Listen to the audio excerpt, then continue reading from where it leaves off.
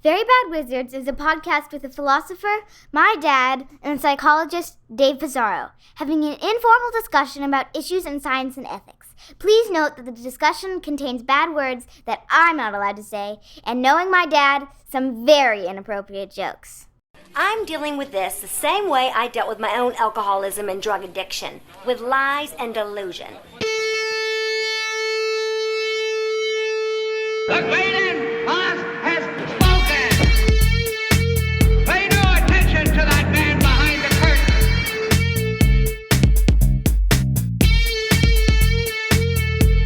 Who are you? Who are you? A very bad man. I'm a very good man. Good man. They think deep thoughts, and with no more brains than you have. Pay no attention to that man. Anybody can have a brain. You're a very bad man. I'm a very good man. Just a very bad wizard. Welcome to Very Bad Wizards. I'm Tamler Summers from the University of Houston. Dave, New Jersey Congressman Thomas Keene has been missing from Capitol Hill for over 2 months. Not only that, there are no photos of him existing during that period of time. His chief of staff released a statement that said, "There's no cameras where Tom is." Where do you think Thomas Keene has vanished to? I have not heard of this. This is so weird. That's crazy. Okay, Thomas Keene. Wait, what party is he? Good question. He is Republican. He's Republican. Yeah. He can only be at a gay sex resort, I'm guessing Jamaica, which, given the levels of homophobia in Jamaica, has to be really, really safe and secure. So that's why they don't have cameras. Exactly. Yeah. Maybe it caters to closeted. Is he white? I Yes. assume he's white. Yes. So it's a gay sex resort that caters to closeted white, probably Republican males who really want big black cock. Like they hire local. That's my guess. It's a very general guess. I mean, yeah, it's kind of the obvious choice, but yeah. I bet he's dead. He's like they have no cameras in heaven or hell or whatever. I saw some people posting that he's just in the Black Lodge, with yeah, that's good. Cooper and Laura's doppelganger. He needs a doppelganger. Yeah. For the listeners, David is sharing his screen right now, and all I see are gay sex resort. Exactly. Google short. Yeah. I was going to look to find the name of one so that I could be even more specific. I mean, I think that's as plausible as any answer, so I'm with you on that. Black Lodge is better. Well, actually, Black Lodge could be the name. Yeah, that's true. Is he just smoking like big blunts? In so many ways. Yeah. It's everything's a double entendre when you want. Yeah. When you want. I didn't even mean it that way. Oh, Tom Keene, come back. Come back to us. Yeah, it's a little scary. Yeah, I know. When we'll feel bad about this when totally. he turns up washed up in the river. So today we're doing a back by popular demand. Although the last one we did got back by popular opposition. So last time we did a tier list. This is a list where we take a bunch of items from a category and rank them on a grade that goes from S being the top tier down to A, B, C, D. And last time we did fields of study / majors in college. And it was so long that we made it the main segment and got a lot of shit. A lot of chemists were not happy with us. Yeah, the chemistry people were very displeased with us, and we heard a lot of invective from people that we didn't think were honestly capable of it. I think I've been getting envelopes with weird chemical powders in them delivered to me in the mail. Yeah. What was that, after 9/11, what was that? Anthrax, right? Anthrax, that's right. Yeah. I have like a sign on my mailbox saying like no anthrax deliveries because it just got too overwhelming. Right. So this time it is about philosophical thought experiments in the grand tradition of Western analytic philosophy that we're focused on. These are famous, popular, well-known, maybe even to non-philosophy audiences, certainly some of them to non-philosophy audiences, and we're ranking them. Now, initially I was going to do this as a blind ranking for Tamler because I thought it would be funny because I know that he is not a huge fan of most thought experiments. And so I was going to rank it as like worst to least bad for you. But we thought it might be more fun to discuss this and arrive at some consensus. Yeah, and I actually, one thing I might have shifted on to some extent is like feeling more positively about certain thought experiments, but often not the debate that comes out of them, which I think often drains them pretty quickly of whatever interest they had. But I think I'm a little more friendly to thought experiments than when we talked about it, like back in 2014, probably something around like there. That. Yeah, that's right. Yeah, I'm already now looking and remembering. There's one I forgot to put that we definitely talked about. Yeah, I'm surprised to not see that one. There's a couple others that I'd like to add to. Okay, yeah, we'll add them. Yeah, because all right, so let's just dive into it. Again, we're going thought experiment by thought experiment. Going to rank it A, B, C, D, or S tier. And I will try, as I did last time, to make available the final ranking, although we're going to add some. The first one is J.J. Thomson's famous violinist thought experiment. So the idea is you wake up in a hospital, you're connected to a famous violinist whose kidneys are failing, but he's unconscious. You were kidnapped in order to do so. And if you disconnect yourself, he will die. Are you morally obligated to stay connected? And I think the original was like some number of months. 9 months. 9 months. Oh, yes. Yeah, because it's about abortion. Yes, of course. Good, David. You're starting to get it. Yes, and it's a society of music lovers that have kidnapped this woman, or you, I guess. And so you have to stay attached to them for 9 months. And this is something that we did recently in my intro class, so I'm pretty familiar with the purpose of the thought experiment. She wants to argue that not all people have a right to life. Or, another way of understanding what she's doing is she wants to define the right to life differently. And the way she defines it using this experiment initially is to say that it's not to be killed unjustly. That's the right you really have. And so this thought experiment is meant to show that in the case of the woman attached to this violinist against her will, that even though her detaching herself would mean the violinist would die, he doesn't have a right to have her stay attached for 9 months, in a room. So this just shows that you don't always have a right to life. Right. And importantly, that some moves for being pro-choice will say the fetus is not a person. And this is attempting to show that even if we all agree that it's a person, there are certain conditions under which you wouldn't have a right to not die. That's right. So she doesn't say the fetus isn't a person. She grants that. And then the premise she's disputing is all persons have a right to life. And she says, not if you understand that too broadly, only if you understand it, the right not to be killed unjustly. So this is a good thought experiment, I think, to make that narrow point. I think it's less effective as, and she notes this, as a defense of abortion because it seems like if you're looking at an analogy for, most abortions, this won't really fly. The analogy it fits best with is if you were sexually assaulted and then became pregnant because that was entirely against her will. So then trying to deal with that, her thought experiments start to get progressively wackier, culminating in you put up screens in your window, but occasionally those screens are defective and people seeds will occasionally get through. And what if one of them takes root in your house? Are you obliged to keep it in your house? At that point, just say that it's a condom that broke.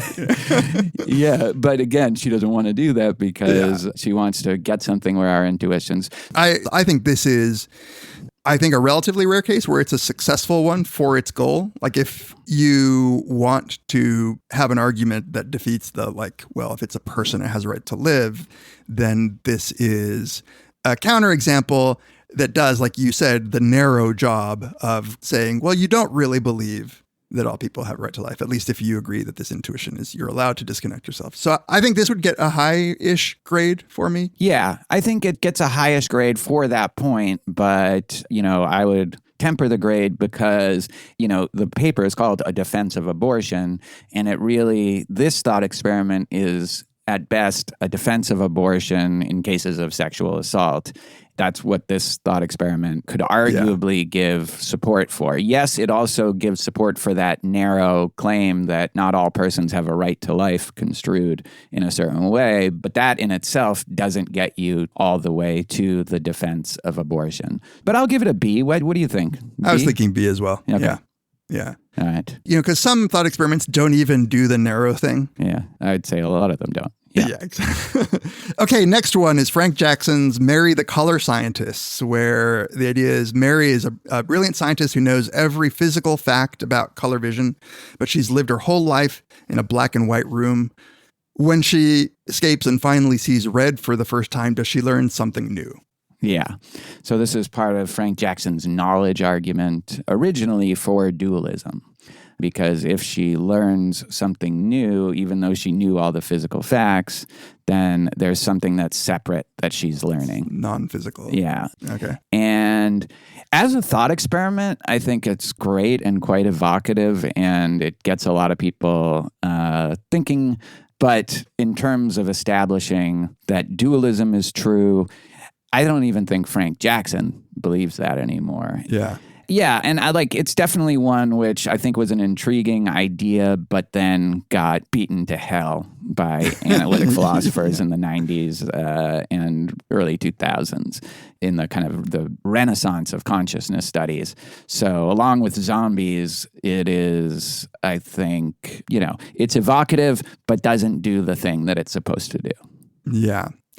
As a non-philosopher of mind, I've never quite liked this. I didn't think it was doing what it was supposed to do, given that the phenomenal experience would involve just different physical things going on when she saw red. What do you mean? Well, it's not just a phenomenal experience. It's literally different waves of light waves hitting her eyes and causing different reactions in her brain. I get that he's saying okay, but now she has the experience versus the facts. But I've just always thought it's clearly a different kind of knowledge. It's not weird, Yeah. I mean, I guess the idea is Frank Jackson isn't denying that there's a lot of physical things going on when she sees red for the first time. But given that she knows all of that already, those physical facts of what would happen when she sees. No, I know. I get that that's the intuition that's trying to pull, but knowing the physical facts is very different from Yes. I feel like you could just say is describing, C fibers firing the same as feeling pain. Right. No. Yeah, I guess.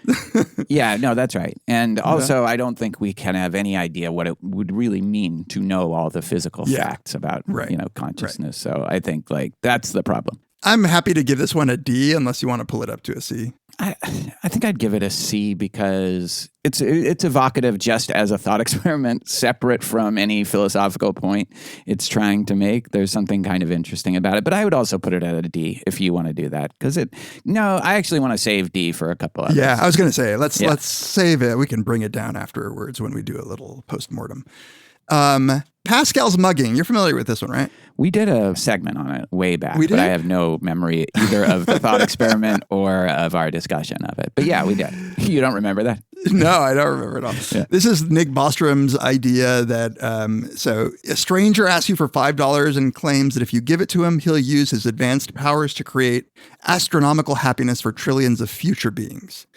So even if the chance is tiny, the idea is that the outcome is so extreme that if you're doing traditional expected utility calculations, it seems like you should, for sure, give him the money. So it's suppose that the chance of him being right is 0.0001, but the outcome that he's describing is so extraordinarily high, extreme in magnitude, that you do, the expected utility by the valence of the outcome. And it seems like an obvious thing to give him your $5. Yeah. Here's my first D, I think. But I hate these utilitarian, and I know that they're challenging the utilitarian calculus to some degree, although I'm surprised that Bostrom would be using this to challenge. He probably just embraces the reductio. Like you should give him the I think so. Yeah, I think that's the point. Yeah. That's the point. But see, I don't think like the expected utility calculus is the right way of making decisions in the first place. Yeah. And I think, there are so many assumptions you make even by thinking that way. And also I think Bostrom, if we've learned anything, it's that he is evil in like a supervillain kind of way, and uses a lot of this kind of reasoning to argue that like all philanthropic donations should be going to stop evil AI from killing humanity and stopping existential risks, but really just that existential risk. Yeah, I agree in all of the ways. So like, I don't think that the expected utility calculus is the right way to think of these things. And it has gotten abused. If you start granting this, then you can essentially pick your favorite infinitesimally small chanced existential outcome and say we should put all of our resources into like what an asteroid hitting the world or whatever, anything that has to do with the millions of future beings that are going to exist thousands of years from now. Or everyone being awakened and the end of all suffering. So we should put it all into like forced meditation camps. Yeah, right. All right. So we got a good range going. B, C, D so far. Yeah. One we've definitely talked about, and I remember, is the Chinese room. So this is John Searle's well-known example of a sort of mechanism. So imagine that there's a person in a room who doesn't understand Chinese, has no knowledge of Chinese, but he's following an instruction manual for manipulating Chinese symbols. So when one comes in to the room, he follows these exact rules and then outputs another set of Chinese symbols. And to an external observer, it seems as if he knows Chinese. And of course, Searle says, this is just what computers are doing. They don't have any semantic understanding. They're just manipulating syntax. Yes. Quite, I guess, relevant thought experiment these days. Exactly. And the idea is, even though it can tell you how to make a hamburger or something like that, it doesn't know what a hamburger is, or if you're the person, you're just using these algorithmic instructions that you were given. Right. I remember being convinced that Searle was begging the question. Me too. In some way, but I don't totally I can't get quite in that. That's exactly what I. Yeah, I want to believe previous David, who arrived at this clear objection to it. Yeah. But it is compelling and it's relevant. Yes. I think that it's getting something wrong about how to think about this, but I kind of like it. Yeah, I would say that I might even be less convinced that it's wrong, although I kind of buy it that it's begging the question against, the whole point is that we don't understand our own processes of how we understand things. So we can't rule out just because of this thought experiment that somehow that does. Right. Our neurons are basically the same thing, I think. Well, I don't know about that, but certainly you can't rule it out. So yeah, I would give it a B if you want to. I would be more tempted C, but I think I'm tempted C. Okay. I think it's up there with Mary in that it's a compelling example that's also done to death and that I think is wrong. So my wrongness of it, my judgment of wrongness is tainting it. But yeah, I would give it a C+ if that were a thing. Okay. But let's keep it in the C range. Yeah, okay. All right. Nozick's experience machine. So you imagine a machine, as every single undergrad will tell you, like the Matrix.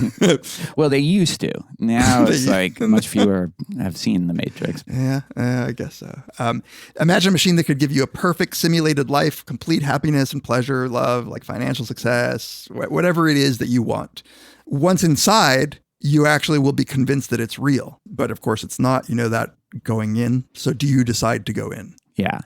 Just to fill it out a little bit, he says you can come out every 2 years to just briefly reprogram. Just because how are you supposed to know what you're going to want to be at 75 when you're 20 or whatever? So you can come out every 2 years, and just to head off a couple objections that people always give, to experience real joy and happiness and a sense of achievement, you also have to suffer and struggle a bit. But, the point is you can program in the suffering and right struggling. kinds of suffering. Yeah, the perfect balance of struggle to achievement. Right. Yeah, and his point there is arguing against the hedonic aspect of utilitarianism, that all we care about is pleasurable experiences or avoiding unpleasant experiences. And he wants to say that clearly that's not true, because most people would not plug into this where you can optimize your pleasurable experiences. You can optimize your happiness, but there's something more that we want. We want actual contact with reality. We want to actually be something, actually be a person and not an indeterminate blob floating in a tank with no actual personality, just a simulated personality. Well, I mean, you're still you. Yeah. Your personality isn't simulated. Well, but not as you grow as a character, because it is the idea. It's not your actual personality, is the idea. Okay. Yeah. So what's interesting is if you ask people this, at least my knowledge of when people have done this, say like a survey, people do have this intuition that they don't want to be plugged in. But if you ask them, imagine that you're in it right now, would you want to be unplugged? Then their intuition flips. Yeah. So I don't know. This one, what do you think? I like this one. I teach it in my intro every year. It's a fun, class when you're giving the students this thought experiment and you're heading off some of the other objections. It's also kind of fun that 25% of the students will say, yes, I would plug in, something along those lines. Some people think it's obviously yes, it's funny. Yeah. Even people you wouldn't expect, know, and especially with the world in the state that it is in now, you might think that makes a difference. I think it is effective as far as it goes, certainly as much as the violinist thought experiment. Yeah, you're right. Pedagogically, it's even better than the violinist. Yeah, and pedagogically, it's better. So I would give it an A. Okay, good. You convinced me. All right, the Ring of Gyges. I never know how to say it. Gyges? Gyges, yeah. So again, this is one I teach all the time. So this is at the beginning of Book 2 of the Republic. Glaucon and Adeimantus are asking Socrates to prove to them why Thrasymachus was wrong, that morality is bullshit. They reframe Thrasymachus' challenge to say, look, I think people are just only instrumentally. The only reason people act morally or justly is because they want to avoid the punishment of what happens if you act unjustly. They don't want to go to prison. They don't want to have a bad reputation. They want to be able to marry into good families. And there's a lot of arguments that they give. Now, Socrates says, not only is being good instrumentally good for you, being moral, being just, not only is that instrumentally, but it's also intrinsically good for you. It's the highest kind of good, one that is both instrumentally good for you and intrinsically good for you, good in and of itself. And they are challenging him to defend that, because it seems to them that when you look at the origin of morality, and they give a kind of Nietzschean, debunking of how people got to this point where they kind of reluctantly act justly just because being taken advantage of without being able to retaliate is worse than best case scenarios. You could just do what you want and nobody could respond or retaliate against you. But that option is not as good as the worst option is bad, which is everyone is unjust to you and there's nothing you can do about it. So we make this compromise that there's this thing called justice. And the funny thing is they also say that, who's the one who praises justice the most? It's the weak people. It's the people with no power, because they wouldn't be able to take advantage of a moral nihilistic landscape anyway. So of course they're going to be the ones that praise justice. They're not the Ubermensch. Yes, it is very, it anticipates a lot of the Nietzschean stuff. Okay, so then as part of that argument, Glaucon gives this famous Ring of Gyges thought experiment where he says, imagine a ring that could turn people invisible. And now imagine you give this ring to the just man and also the unjust person. So someone who's just, someone who's unjust. You give them both the ring. And he says, of course, both of them will act exactly the same way. They will steal stuff. They will go into people's houses and have sex with the women there, which I've never understood as to how invisible. I know. It's they will seduce the queen. And I'm like, I think he just means rape. And even that. And you might just get inadvertently kneed in the crotch. You never know. But anyway, his point is that, once you remove the consequences away from acting immorally, then everyone will act the same, whether you're a so-called just person or a so-called unjust person, which proves that people are only moral and just for instrumental reasons and not because it's good in itself. Yeah. So what is Plato's retort? Socrates is like the rest Socrates of the retort, Republic is the retort, basically. Yeah. I mean, and it's not, he doesn't give any specific reply to this thought experiment. Here's why I don't love the thought experiment is like, you just have to sort of believe him that everyone would act the same with the ring. You want to do some X-Fi. He should have done some X-Fi. Yeah. Exactly. It's not empirical enough.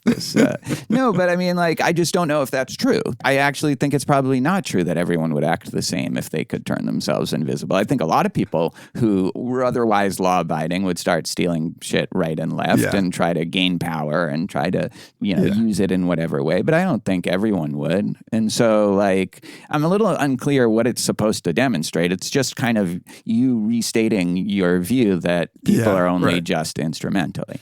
Yeah. I'd definitely steal some shit. Yeah. So would you go around like raping people? I would not seduce the queen. Yeah. Right. No. But like there is some power in thinking even the best people might try to get away with some things. Yes. Like I was going to say like it gets some props for being such an early example of this, but you're right. It is restating the claim in like a, colorful way. Yeah, exactly. Yeah. I don't know. I would put that around the C. And this is blasphemy. I was going to say C. Yeah. Yeah. There's another thought experiment in the Republic that I think is maybe the best thought experiment. All right, let's actually take a break. And when we come back, we will complete our tier ranking of philosophical thought experiments.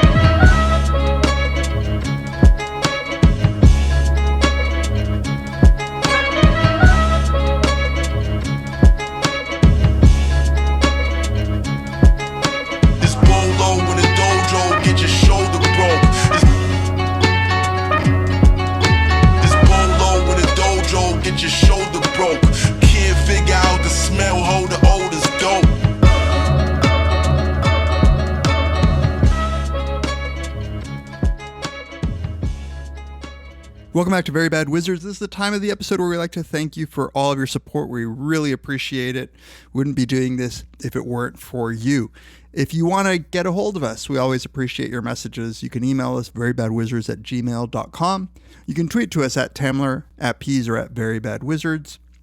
You can join our subreddit, where we did an AUA there not that long ago, at reddit.com/r/verybadwizards. Follow us on Instagram at verybadwizards. And if you find it in your heart to give us a rating on Apple Podcasts or subscribe to us or rate us or comment on Spotify, I'm sure that does something. And if you want to support us in more tangible ways, you can join our Patreon, where you don't just, it's not just altruism, you get something in return. If you join our $2 and up per month tier, you get ad-free episodes. Our whole back catalog is ad-free. You don't have to listen to old mattress commercials or whatever. And you get access to 9 collections of my beats that I've compiled over the years. If you join us at $5 per month and up, that unlocks all of our bonus content. That gives you access to listening to our monthly Ask Us Anything series. You get to listen to our podcast with Paul Bloom, the Reintegrators. You get to listen to our ongoing Odyssey podcast, the Lotus Eaters. You get access to the Ambulators. And it's almost summer again, so you can listen, if you haven't already, to our Noir Summer series that we did last summer, where we cover a bunch of Noir episodes. That's just in addition to tons and tons of old other content on various TV shows, movies, sometimes with guests, sometimes with just us. And if you join us at $10 a month and up, you get all of that. Plus, you get to vote on an episode topic. You get access to our Brothers Karamazov series, some Tamler videos on Plato Symposium, and some intro psych videos from me. And finally, if you join at $20 and up, you get all that, but you also get to be part of the small community that asks us questions every month. So you get to be an asker of Ask Us Anything, and you get to see us give the answers on video for what it's worth. You can also support us by going and buying some swag. If you go to Cotton Bureau now, I think Tamler mentioned this last time, you get, they added a bunch of like drinkware, whatever you might call it, mugs, glasses, tumblers, water bottles with the beautiful Very Bad Wizards logo. So yeah, thank you to everybody. We really appreciate all of your support. Like we said, we're so grateful, and we don't think we'd be doing this without you. So thank you very much. And now back to the podcast. Okay, Ring of Gyges joins the Chinese room and Mary, the color scientist, at the C level. We have Pascal's mugging is the lowest at D, violinist at B, experience machine at A. Will anything make it to S tier? We'll have to find out. Ship of Theseus. This is one I don't often think of as a thought experiment, but I guess it is. It's like, so the idea is, and it comes from Plutarch, I guess, a ship has all its wooden planks gradually replaced until none of the original material remains. And so when it comes home, is it still the ship of Theseus? So one by one, every plank removes, but there is some continuity. You can add to it, what if you take all of the parts that were replaced and you kind of repair them and you put those together? Now you have two ships. Is it the same thing? Yeah. I mean, this one is often brought up in the context of a kind of Buddhist deconstruction of the self, but it doesn't really do that job if you think that it is the same ship. Yeah. This one has never tickled my imagination or, gotten me really worked up or, I got to figure out how I think about this. But that's, that could just be me. I mean, I think that's right, because I actually don't think that it's supposed to be intuition pumpy to begin with. It's like kind of more like a dilemma, like a metaphysics whether it is question. or not. Yeah. Yeah. So I don't think it deserves D. So like C. C. Yeah. Yeah. Okay. The closely related one, I guess, is the next one, which is the transporter problem, which we've talked to death. This comes from Derek Parfit. And it is just imagine that there is a teleportation machine that scans your body, destroys it, but keeps the information and creates a perfect replica somewhere else, using atoms from there. So it puts you together exactly the same. And because it's exactly the same, you have all the memories and personality, and you think that you're you. Is that still you? Yeah. I don't like this brand of thought experiment. It's the brand of thought experiment that asks you to conceive of something that we can't conceive of, really. We can easily conceive of it being us, like in Star Trek, but it's very hard to conceive of it what it would actually mean to put you back together with all the same exact organization of atoms and electrons and neurons and all of that. And you and Paul Bloom have much stronger intuitions about this than I do. So I'll let you rank it. For me, it would be in the C to D range. Yeah, see, for me, it's in the A range just because of the discussions that it provokes. And to me, what it says about people's intuitions, it is a sharply divisive question, including within Paul's own marriage. Yeah, maybe you can't conceive of it, but it still pulls my intuition so strongly that I really like it. So shall we... you want to compromise on B? At a B? Yeah. Yeah, that's fine. Okay. But the listener should know it would be way lower for me if it was just me, because I don't care.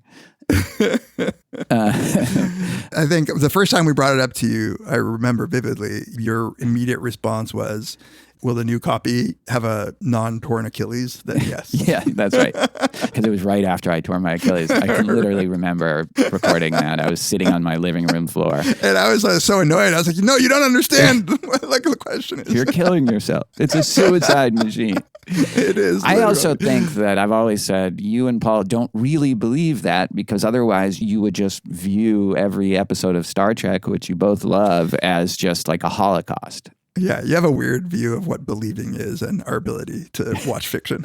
Let's go do a thought experiment about what belief is. Yeah. Okay, the trolley problem. So God. the trolley problem, I guess Philippa Foot first described the trolley scenario, and then J.J. Thomson built on it. The idea, if anybody listening to us doesn't know what it is, is that there is a runaway trolley headed toward killing 5 workmen stuck on the track.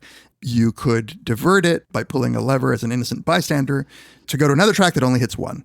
And so the question is it morally permissible for you to flip a switch and cause 1 to die instead of 5? And properly, the trolley problem is when you combine it with these other versions like the footbridge dilemma that pull your intuition in a different way, but nonetheless seem equivalent. Yeah. So you push an innocent fat man off of a footbridge in order to stop the trolley. Where here, again, in both cases, you're causing one individual to die for the sake of saving 5 individuals. But people have a real strong intuition, usually, that one is permissible and one is not. Yeah.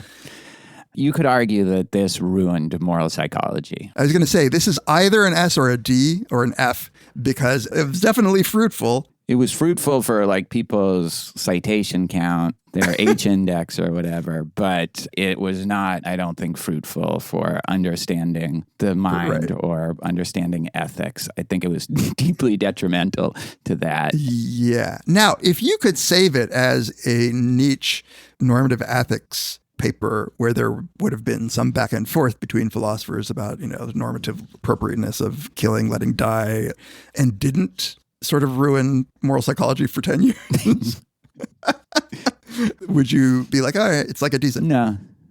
I will say, like, I use it just to illustrate, like, consequentialist intuitions versus deontological intuitions. So I do use it in the class, but then I don't want to talk about it. And, I think the problem with it also is that you're supposed to accept, like with the fat person on the bridge, that he'll definitely, you're 100% sure that it will stop the train and kill the 5 people. And, I just think people are often not thinking in those terms. So I don't even like it as a thought experiment on its own terms. I don't totally trust intuitions that come from it, but I hate that people have been emailing us variations of this for, 15 years practically. Like there was that one where the little baby solves the trolley problem. Yeah, the 2-year-old solves the trolley problem. Have you seen that, Tamler? Have you seen it? Let me send you the link like 190 times that has been brought to my attention, like as if it's the first time we're going to see it. So I would give it a D. Yeah. Very happy. I have like these mixed feelings because I've used it in my research in a way that I don't think abuses it in the ways that you were describing, where it's just sort of like a illustrative. The Chip Ellsworth the third. Yeah, where like the point is that people don't have any principles really about this. Yeah. But actually I'm okay giving it a D because I think we would have been better off. Yeah. Probably creating our own stimuli and not. Right. It got extra killed with like the gajillion, loop variations and stuff. The claim that it's tracking anything about the human mind is kind of crazy. It's crazy. And it also this forced dichotomy between non-consequentialist and consequentialist reasoning. Yeah, that's right. And that's the other time I've used it where I think it's kind of interesting to show that like what people generally think is that you're kind of like a monster if you feel no compunction about doing it. So it's less about what you do, but like how you're reacting to it. Even if you're at the switch, Exactly, yeah. So, but I'm fine with it as a D. Yeah. It's done too much damage. A D. Yeah. It deserves it. Okay, the utility monster. Do you want to explain this one? No. Okay. D. So this is Robert Nozick's kind of thought experiment to attack utilitarianism. It says, imagine a creature that gets vastly more pleasure from resources than normal people do. So like, every pleasure you get from eating your favorite donut, it gets like 1 million more hedonic units for eating its favorite donut. So it gets far more pleasure than normal people do. Giving it everything would maximize the total amount of happiness. So does utilitarianism sort of require that we give the utility monster every resource available to maximize happiness? Yeah. So this and related thought experiments to me is like a reductio ad absurdum of like analytic philosophy. And and certainly like the utilitarian deontological debate. I find nothing interesting about it. I find nothing compelling about, as an objection to utilitarianism. I think we're talking about like real life and ethics, and to reduce it to these kinds of insane thought experiments is, again, detrimental in a different way to actual moral inquiry, I think, the way it should be conducted. Yeah, it's detrimental, but neither does it have the cool, like, little package of pulling intuitions. From the minute I heard it, I thought this is a problem that would only arise if you had come to some sort of crazy utilitarian theory. Yeah. Like most people would be like, well, no. Like, obviously not. Yeah. It doesn't pull normal intuitions. Right. It pulls people with very specific commitments. Not even intuition. It pulls their reasoning. It exposes them as like enemies of like the good. The one thing I was going to say is, to the extent that it makes utilitarians question their view, do you think it has value? I just don't think it does do that. Yeah. Never cared for it. I've never cared for it. Yeah. I'm actually indifferent to it in a way that like maybe it doesn't even deserve a D because I don't hate it enough. Like if there was a below D, I would put it there, but maybe. I guess we should put it. Yeah, useless. Yeah, it's useless. Okay, good. Okay, John Rawls's Veil of Ignorance. Yeah. Do you want to give this one? Sure. This is the famous thought experiment in his monumental work. It is trying to establish certain principles of justice from like a priori reasoning. Yeah. The way it tries to do that is to imagine if you are a rationally self-interested individual, but you are stripped of all the contingent things about you. What kind of family you're going to be born into, your looks, your intelligence, your socioeconomic status, at least when you're born. Whether you're a short king or an NBA player. Yeah, exactly. So you don't know any of that, and you have to agree on certain principles for governing your society. What are those principles going to be? And he derives certain principles, including like certain basic rights that you would want to be established in case you get a bad roll of the dice, and certain principles about when inequality should be permitted, only if it also helps the least advantaged. Yeah. So there's, primary goods that it gives to everybody, but then certain secondary goods. I don't remember all the details. Like, I think it's an interesting thought experiment. It might be incoherent to imagine yourself stripped of everything. Yeah. I think that's what when we talked about it, we sort of arrived at that. Yeah. And I do kind of agree with that criticism, and it also just kind of assumes that, in the same way, I guess, that the Ring of Gyges kind of assumes what people would actually want. And, it could be that some people have more risk tolerance than others, and so they would want to swing for something a little higher. And then finally, I think this really did a lot of damage to political philosophy. It really made it abstract.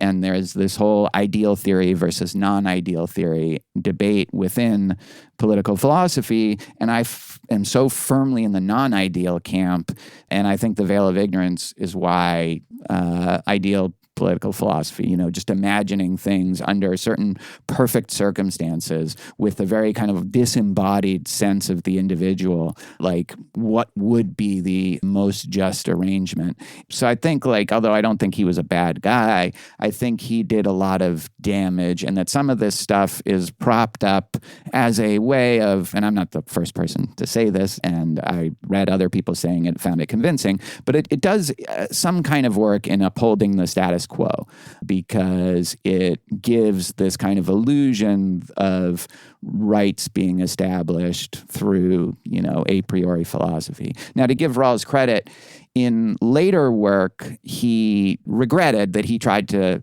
be so Kantian about it, and he restricted it to people who live in a roughly democratic society, like what they would want. So which also might address some of the incoherence problems. I'm not sure. But anyway, what do you think?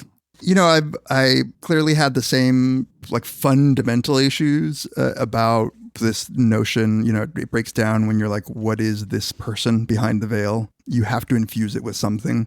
Yeah. And I think people unwittingly infuse it with lots of things that they are.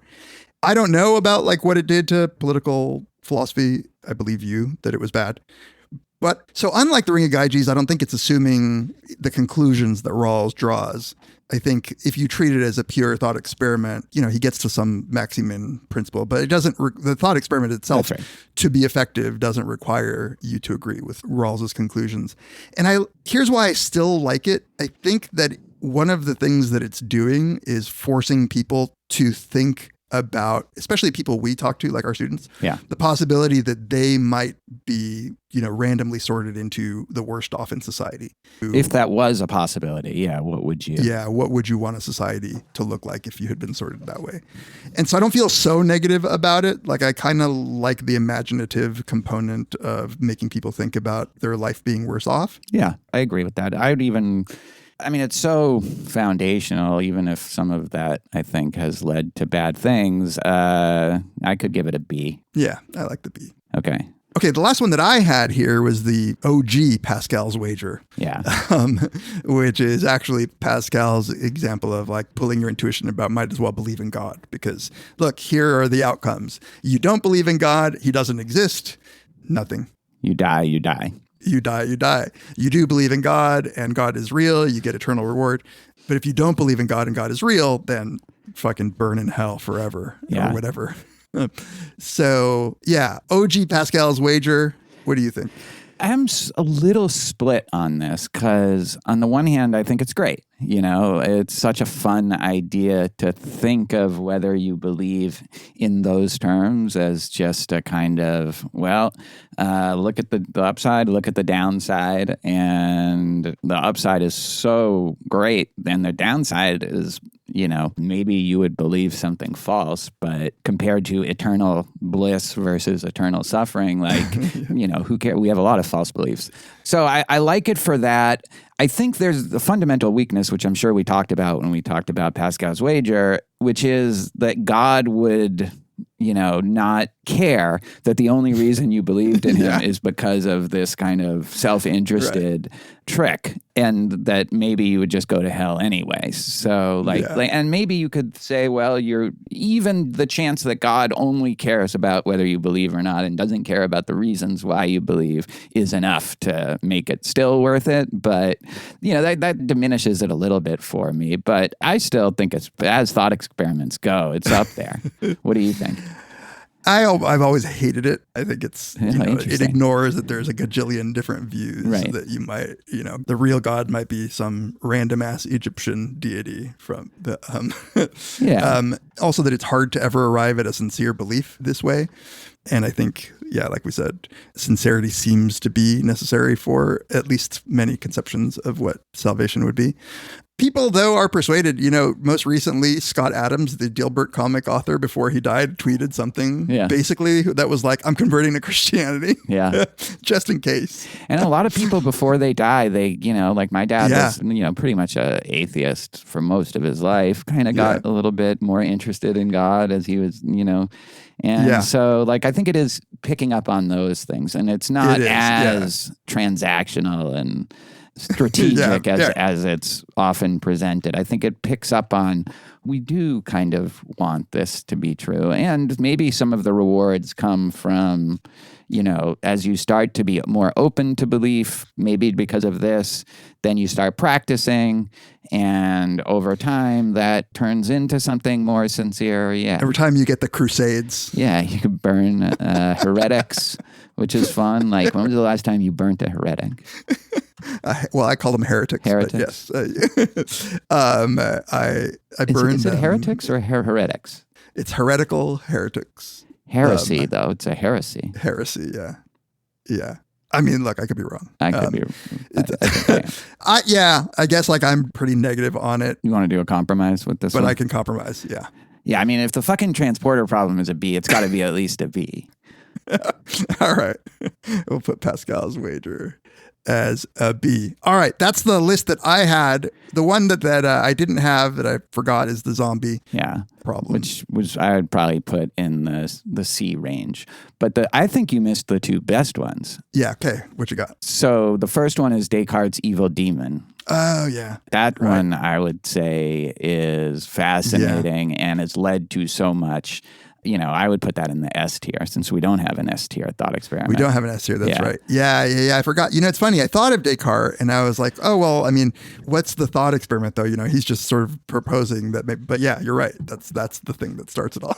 That he could be systematically deceiving us. Exactly, And yeah. so we can't, even though we've established that we're a thinking thing, we can't be sure Yeah. of anything that we're seeing is true because we could be systematically deceived. So I would put that in the S tier. And then the other one, and maybe this is too involved to be a thought experiment, but I think if you can call it a thought experiment, it's, I think, the best one any philosopher has come up with by far, and that's Plato's Cave, which we've devoted a whole episode to. Oh, yeah. Yeah. See, I wouldn't have thought of that as a thought experiment. Yeah. Because it's sort of like telling you a story, like allegorically, about what reality is rather than pulling your intuition. That's true. It's not asking you what your intuitions are. And maybe you could say that about Descartes' evil demon, but I don't know. Some of these other ones are kind of like that too. Well, I guess, I don't know. In any case, there's a whole, if you want to hear us talk about Plato's Cave, there's a whole episode somewhat recently, meaning in the last 2 years at some point, I think. Yeah. Now, the evil demon's good because you can insert the source of doubt with anything. It doesn't have to be a demon. Yeah. It can just be like the brute fact that our senses are constrained by what evolution gave our brain. Yeah. Or like we're in a simulation or we're in a simulation. Yeah. Exactly. Yeah. Yeah. All right. That's good. I agree. S tier. All right. I wish I could have thought of more S tiers. Yeah. Well, there's not a lot, I think, but I'm sure we're missing a bunch because I didn't even look into this. But you got the ones that I teach besides Plato's Cave and occasionally Descartes' evil demon. Oh, the one that I teach is the singer drowning. Oh, yes. Shallow Pond. Yes. Yeah. That's another, I think, That's a good S-tier one. Yeah. Yeah. Talk about like an effective thought experiment for changing the world, And just what it does to students who go through that. We have a whole episode way back in the day on the stages of Singer, but it is such a powerful example or thought experiment that it like usually will take like my entire seminar for that day. Yeah. Of people talking about Totally. And their various objections and And it's like, I think even in that thought experiment episode we did way back that we said like this is kind of in some ways the most effective thought experiment that anyone has come up with because it makes a point that is true and that causes people to reflect upon the ways in which they aren't being good people in the way that they might think they are. And, also started like the whole effective altruism movement, essentially. Like everyone within that was, not that the effective altruism movement right now is something to be suffering a little celebrated necessarily. But, like to have such an impact and so many organizations have received so much money and you can really trace it back to this one thought experiment, like that was come up in, Famine, Affluence, and Morality, which I believe is like in the 70s he wrote that. Yeah. And okay, so both that and the Descartes' demon have this property that I think they're great at teaching, but I can give them without secretly thinking, well, there's this deep problem with it, the way that I do with some of these other ones, where I have to like convince them that all of these things are like, just suspend your disbelief or like don't. The fat man really will stop the trolley or you really will be. Yeah. I don't feel guilty about like with the trolley problem. I feel guilty when I'm teaching it sometimes. So I would put that in S tier as well. Oh, good. All right. So we got those two in S tier. We got the experience machine at A, the only one in A. We got the B tier, the violinist, the transporter problem, the veil of ignorance, and Pascal's wager. I can't believe the transporter problem is at a B. Like listen, I don't know. I put Pascal's wager up at B. I would put them both in C. Like it's more important for me to have the transporter problem lower than to have Pascal's wager higher. You're willing to cut off your nose to spite your face is what you're saying. Ship transporter problem, C. Fine. Pascal's wager, C. Along with Mary the Color Scientist, the Chinese Room, Ring of Gyges, Ship of Theseus, C being the most populated category. At the D level, Pascal's mugging, the trolley problem, and the utility monster. Yeah. All right. Like last time, I'll try to include an image, including our two S tier ones. So, All right. Well, with that taken care of, we'll bring this episode to a close. Join us next time on Very Bad Wizards. The great boss has spoken. Pay no attention to that man behind the curtain.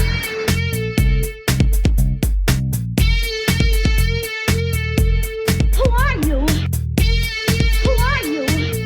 A very bad man. I'm a very good man. Good man. They think deep thoughts, and with no more brains than you have. Pay no attention to that man. Anybody can have a brain. You're a very bad man. I'm a very good man. Just a very bad wizard.